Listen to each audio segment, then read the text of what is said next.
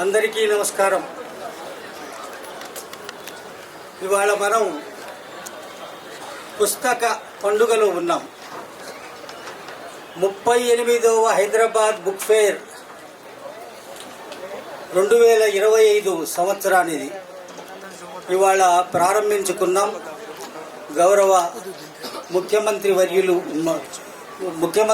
వర్యులు గత సంవత్సరం ఈ పుస్తక ప్రదర్శనను ప్రారంభిస్తే ఈ సంవత్సరం తెలంగాణ భాషా సాంస్కృతిక శాఖ మంత్రివర్యులు గౌరవనీయులు జూపల్లి కృష్ణారావు గారి చేతుల మీదుగా ఈరోజు ప్రారంభోత్సవం చేసుకున్నాం. ఈరోజు ఈ వేదిక మీద ఉన్న పెద్దలు హైదరాబాద్ బుక్ ఫెయిర్ గౌరవ సలహాదారులు గౌరవనీయులు కోదండరామ్ గారు, రామచంద్రమూర్తి గారు, అలాగే రాష్ట్ర భాషా సాంస్కృతిక శాఖ సంచాలకులు డాక్టర్ ఏనుగు నరసింహారెడ్డి గారు, రాష్ట్ర గ్రంథాలయ శాఖ పరిషత్ చైర్మన్ రియాజ్ గారు, తెలంగాణ సాహిత్య అకాడమీ కార్యదర్శి బాలాచారి గారు, మరియు మా office bearers, EC members, executive committee ఇవాళ వేదిక మీద ఉన్నది. మీరందరూ ఈ వేడుకలో పాలుపంచుకుంటున్నారు. గత 2 నెలలుగా సోషల్ మీడియాలో, పత్రికల్లో ఇప్పుడు జరగబోతున్న కార్యక్రమం గురించి అనేక వివరాలను జనంలోకి తీసుకెళ్ళాం. ప్రతిరోజు 3-4 పుస్తకకు సంబంధించినటువంటి ప్రాముఖ్యతను తెలియజేసేటువంటి కొటేషన్స్ని, సూక్తులను పోస్టర్స్గా చేసి సామాజిక మాధ్యమాల్లో వాటిని విరివిగా ప్రచారం చేశాం. అంతేకాకుండా మేధావులు, ప్రముఖులతో పుస్తక ఔన్నత్యం గురించి, పుస్తక స్ఫూర్తి గురించి, హైదరాబాద్ బుక్ ఫేర్ చేపట్టినటువంటి కార్యక్రమాల గురించి వాళ్ళతో మాట్లాడించి వాటి వీడియోల రూపంలో యూట్యూబుల్లో, సామాజిక మాధ్యమాల్లో ప్రచారం చేశాం. ఇవాళ పుస్తక ప్రదర్శన ప్రారంభమై ఈ నెల 29 వరకు కొనసాగుతుంది. పుస్తకం అంటే అది ఒక దారి దీపం. పుస్తకం అంటే వెలుగు. ఆ వెలుగు ఎంత దూరం ప్రయాణిస్తుందో అంత దూరం వెలుగును పంచుతుంది. ఎక్కడైతే ఈ సమాజంలో పుస్తకం అనే వెలుగు ఉంటుందో అక్కడ జ్ఞానం అనే వెలుగు ఉంటుంది. అంతకు ముందున్నటువంటి ఆ సమాజ రూపం ఎంతో కొంత మారుతుంది, కొత్త అడుగులు వేస్తుంది, కొత్త ప్రగతి వైపుకి ముందడుగు వేస్తుంది. సమాజానికి సంబంధించిన భావధారను పుస్తకం మారుస్తుంది. మనమందరం చిన్నప్పటి నుంచి ఇప్పటి వరకు ఏదో ఒక పుస్తకంతో స్ఫూర్తి పొందిన వాళ్ళమే. ఎక్కడో ఒక చోట నచ్చిన పుస్తకం మనకుంది. అట్లానే ప్రభావితం చేసిన పుస్తకం మనకుంటుంది. చందమామలు, బాలమిత్రలు చదువుకునే రోజుల్లోంచి 7 తరాలు, చెంగీస్ ఖాన్లు, ఓల్గాసే గంగా తక్ వంటి అనేక పుస్తకాలను చదువుకొని వాటిలోని సారాంశాన్ని మన మస్తకంలో పెట్టుకొని మన నడవడికలో, మన మాటలో, మన చేతల్లో ఒక అపురూపమైనటువంటి ప్రత్యేకమైనటువంటి మార్పుని మనలోకి ఇంకించుకొని ఆ ఇంకించుకున్నటువంటి మార్పుతో ఈ సమాజంలో మనమందరము ప్రవర్తిస్తుంటాం. అందువల్ల పుస్తకము అనేటువంటిది ఎంత ప్రత్యేకమైందో, ఎంత ప్రాముఖ్యత ఉన్నదో కందుకూరి వీరేశలింగం లాంటి వారి మాటల్లో చిరిగిన చొక్కా అయినా తొడుక్కో, పుస్తకం కొనుక్కో అనేటువంటి మాట మనం కేవలం ఒక చిన్నపాటి నానుడిలాగానే చూడక్కర్లేదు. పుస్తకం యొక్క ఇంపార్టెన్స్ ఏమిటో చెప్పడానికి ఆయన ఆ మాట అన్నాడు. పుస్తకం లేకుంటే నేను ఇక్కడ ఉండేవాడిని కాదు అని అబ్రహాం లింకన్, అమెరికా ప్రెసిడెంట్ అయిన అబ్రహాం లింకన్ అంటాడు.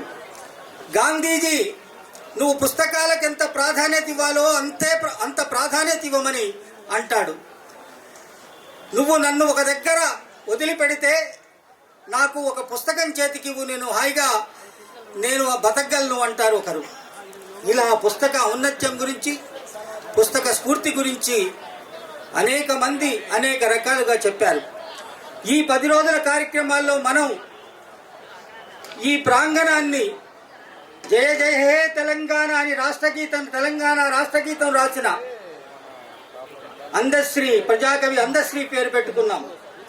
అట్లానే ఈ ప్రధాన వేదికకు తెలంగాణ ఉద్యమ కెరటం, సామాజికవేత్త, సామాజిక కార్యకర్త, సాహితీవేత్త అయిన అనిశెట్టి రజిత గారి పేరుని ఈ వేదికకు పేరుగా పెట్టుకున్నాం.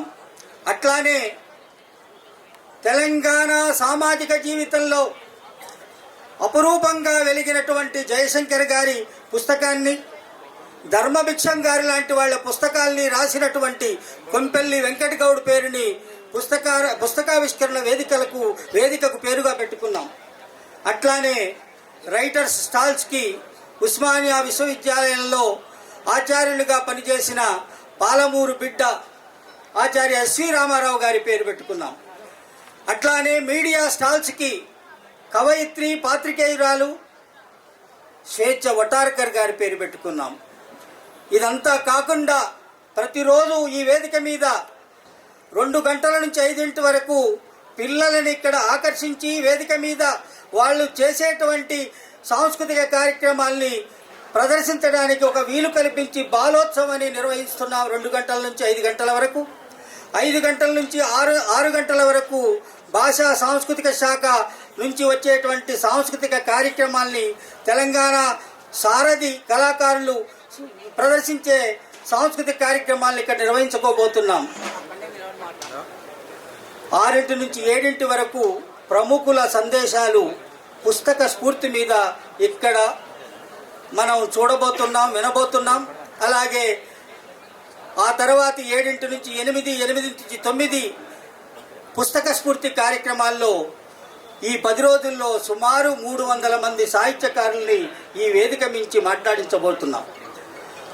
ఈ కార్యక్రమాల్లో పుస్తక స్ఫూర్తి అనేటువంటి ఒక టైటిల్తో నచ్చిన పుస్తకం, ప్రభావితం చేసిన పుస్తకం అనేటువంటి శీర్షికల మీద మాట్లాడించడానికి కారణం ఏమిటంటే, తాము చదివిన పుస్తకాలలోని సారాన్ని ఇక్కడ పంచుకుంటారని, అవి ఏ విధంగా తమ జీవితాల్ని మార్చాయో చెబుతారని, దాని ద్వారా మనం ఎంతో కొంత ఆ దోవలోకి మళ్ళుతామని అనుకునే ఉద్దేశంతో పుస్తక స్ఫూర్తిని ఈ కార్యక్రమంలో పొందుపరిచాం. మిత్రులారా, పుస్తకాన్ని మనం ఎంతగా ప్రేమిస్తే అంత సమాజ హితం, పుస్తకాన్ని మనం ఎంతగా హక్కున చేర్చుకుంటే అంత సమాజ హితం. మనం ఉన్న నేల 2 అడుగులు ముందుకు వెళ్ళాలంటే, ప్రగతి వైపుకి సాగాలంటే పుస్తకం ఇచ్చేటువంటి చేయూత మామూలుది కాదు.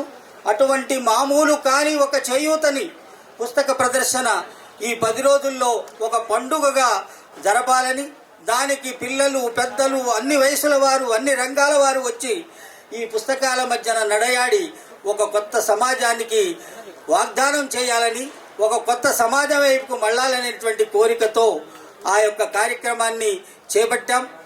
ఇటీవల కాలంలో రాష్ట్ర భాషా సాంస్కృతిక శాఖ నుంచి ప్రభాత బేరీ అనేటువంటి కార్యక్రమాన్ని ప్రారంభించింది. దానికి సంబంధించినటువంటి క్యాంపెయిన్ కూడా ఇక్కడ ఈ 10 రోజులు జరపాలని, దానికి సంబంధించినటువంటి ఒక స్టాల్ను కూడా పెట్టాం.